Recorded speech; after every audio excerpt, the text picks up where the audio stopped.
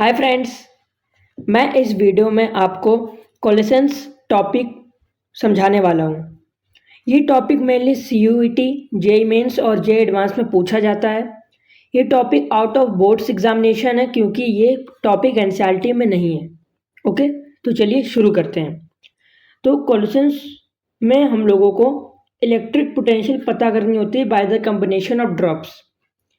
मतलब कुछ ड्रॉप्स को हम लोग कंबाइन करके बिग ड्रॉप बनाएंगे और जो बिग ड्रॉप बनेगी उसका हम लोगों को इलेक्ट्रिक पोटेंशियल पता करना है। तो अब मैं आपको बताता हूँ कैसे ये डेरिवेशन होगी। तो मान लीजिए कुछ वाटर के ड्रॉपलेट्स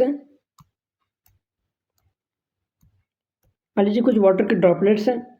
अगर मैं इन सबको कंबाइन कर लूँ, ओके, जब मैं इनको कंबाइन करूँगा तो by the combination of water droplets are new large big drop form.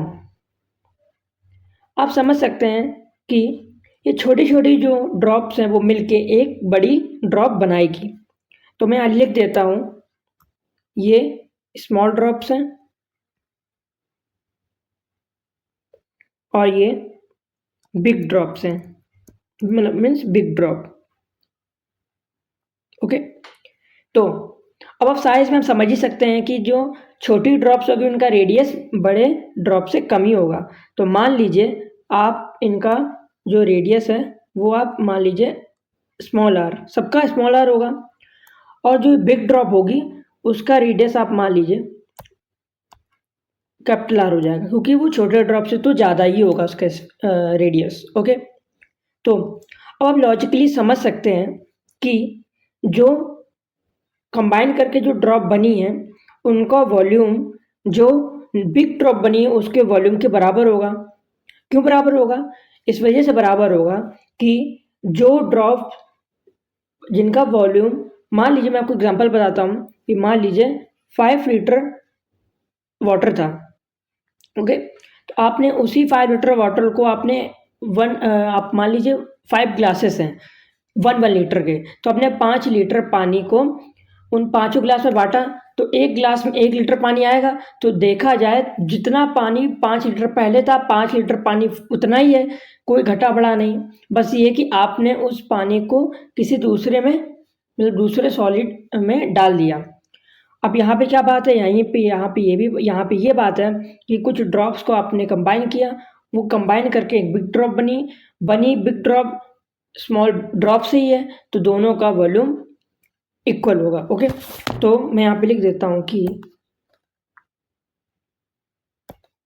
Volume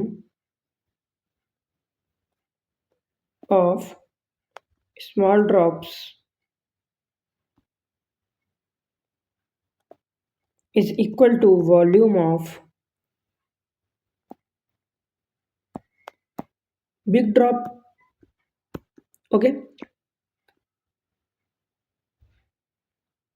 wait a minute. Okay, so अब हम लोग क्या करेंगे, अब हम लोगों को इसमें इलेक्ट्रिक पोटेंशियल पता करना है। तो अब हम लोग पोटेंशियल की तरफ चलते हैं थोड़ा। तो मैं नया पेज ले लेता हूँ। ओके, तो अब क्या होगा, अब पोटेंशियल की तरफ पहुंचना हम लोगों को। तो आपको पता है पोटेंशियल का क्या फॉर्मूला होता है, KQ/R। तो अब हम लोगों को Q पता करना है। ओके, रेडियस हम लोग पता कर चुके हैं, ओके, कांस्टेंट होता है। ओके, तो अगर हम लोग छोटे ड्रॉप की बात करें तो मान लीजिए इसमें चार्ज स्मॉल क्यू है, सब में स्मॉल क्यू है। ओके, तो मान लीजिए मेरे पास n ड्रॉप्स हैं, तो NQ चार्ज हो जाएगा टोटल, पर जो बिग स्पेयर बनेगा उसका इन सभी ड्रॉप्स के सम के बराबर इसका चार्ज होगा। तो मान लीजिए इसमें जो चार्ज है वो कैपिटल Q है। ओके, अब हम लोग देखते हैं क्या होगा आगे।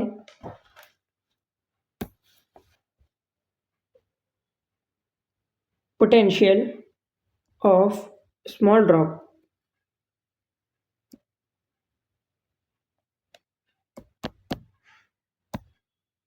v इक्वल टू स्मॉल को ऐसे कर देता हूँ के क्यू बाई आर, ओके।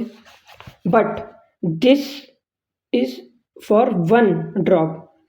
अगर हम लोग नेट ड्रॉप की पोटेंशियल पता करें तो क्या होगा, वी नेट हो जाएगी एन के क्यू बाई आर, क्योंकि आप जब सभी ड्रॉप्स को अगर आप कंबाइन करेंगे तो रेडियस सबकी सेम है, चार्ज भी सेम है, तो अगर आप मान लीजिए एन ड्रॉप्स हैं तो एन के क्यू बाई आर हो जाएगा, okay.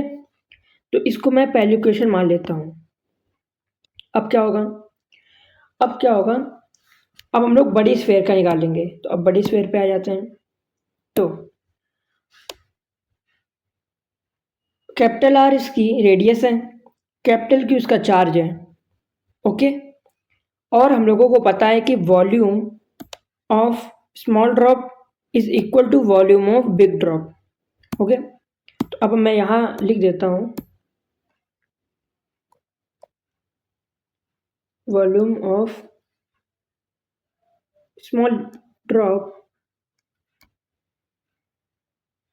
is equal to volume of big drop। तो आप जानते हैं कि जो ड्रॉप्स हैं वो स्फीयर शेप की हैं, तो स्फीयर का वॉल्यूम होता है 4/3 पाई आर क्यूब, ओके। तो एन ड्रॉप्स हैं तो एन ड्रॉप्स का हो जाएगा volume 4/3 pi R cube, okay. और वॉल्यूम ऑफ बिग ड्रॉप क्या होगा, 4/3, क्योंकि वो तो एक ही, एन तो है नहीं, सारे कंबाइन करके एक बनी है, तो 4/3 pi are capital R cube, क्योंकि हम लोगों ने कैपिटल आर मानी थी, ओके। तो 4/3 से 4/3 पाई कट जाएगा, बचा क्या, N R cube equal to capital R cube. दोनों तरफ अगर हम लोग क्यूब रूट ले लें तो क्या आएगा, वेट में R cube equal to R capital R cube. अगर मैं इसका क्यूब रूट हटा दूं तो इसकी पावर में 1/3 हो जाएगा, तो N 1/3 R cube equal to capital R cube, okay. तो अब मैं इसको थर्ड इक्वेशन मान लेता हूँ,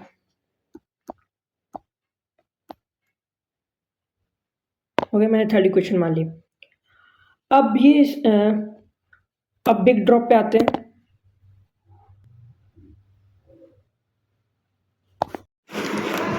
तो उसका पोटेंशियल मान लीजिए वी डैश होगा, क्योंकि सेम हो नहीं सकता पोटेंशियल, तो उसका हो जाएगा के capital Q by capital R, okay.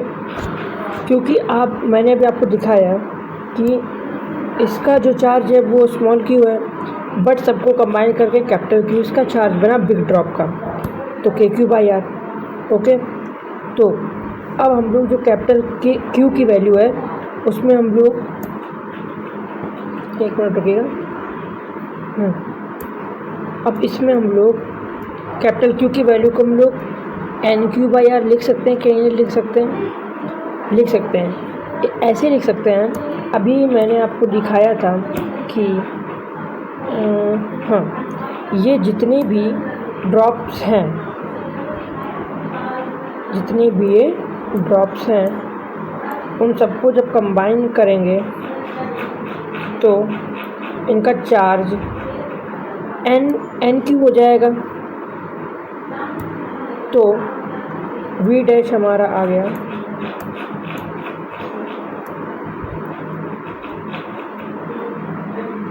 के एन क्यू बाई आर। अब देखिए, अब इस इक्वेशन में हम लोगों ने आर की वैल्यू क्या निकाली थी, और सॉरी यहाँ पे हम लोगों ने क्यूब रूट लिया था, तो आर तो हट ही जाएगा क्यूब के ऊपर से। अब देखिए आर की वैल्यू हम लोग अब हम लोग ये पुट करेंगे एन 1/3 आर। तो पुट करते हैं के N Q upon N 1/3 R, okay. So हम लोग n अपॉन n 1/3 को अलग कर लें तो बचा क्या, KQ/R। अब ये फॉर्मूला पोटेंशियल का होता है, तो हम लोग क्या लिख सकते हैं, V डैश को equal to n upon n 1/3 V।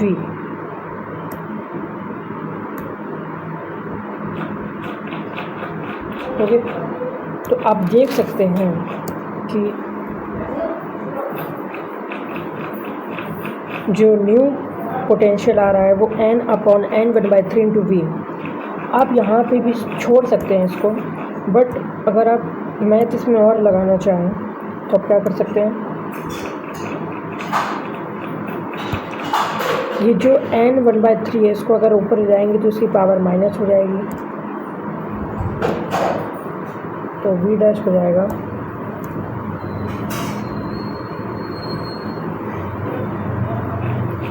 n into n minus 1/3 into we.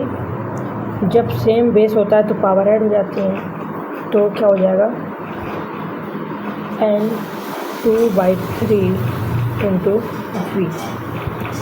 सो हम लोगों का जो ओरिजिनल फार्मूला निकल के आया वो आया n to the power 2/3 into V. This is the formula to find the electric potential by the combination of drops.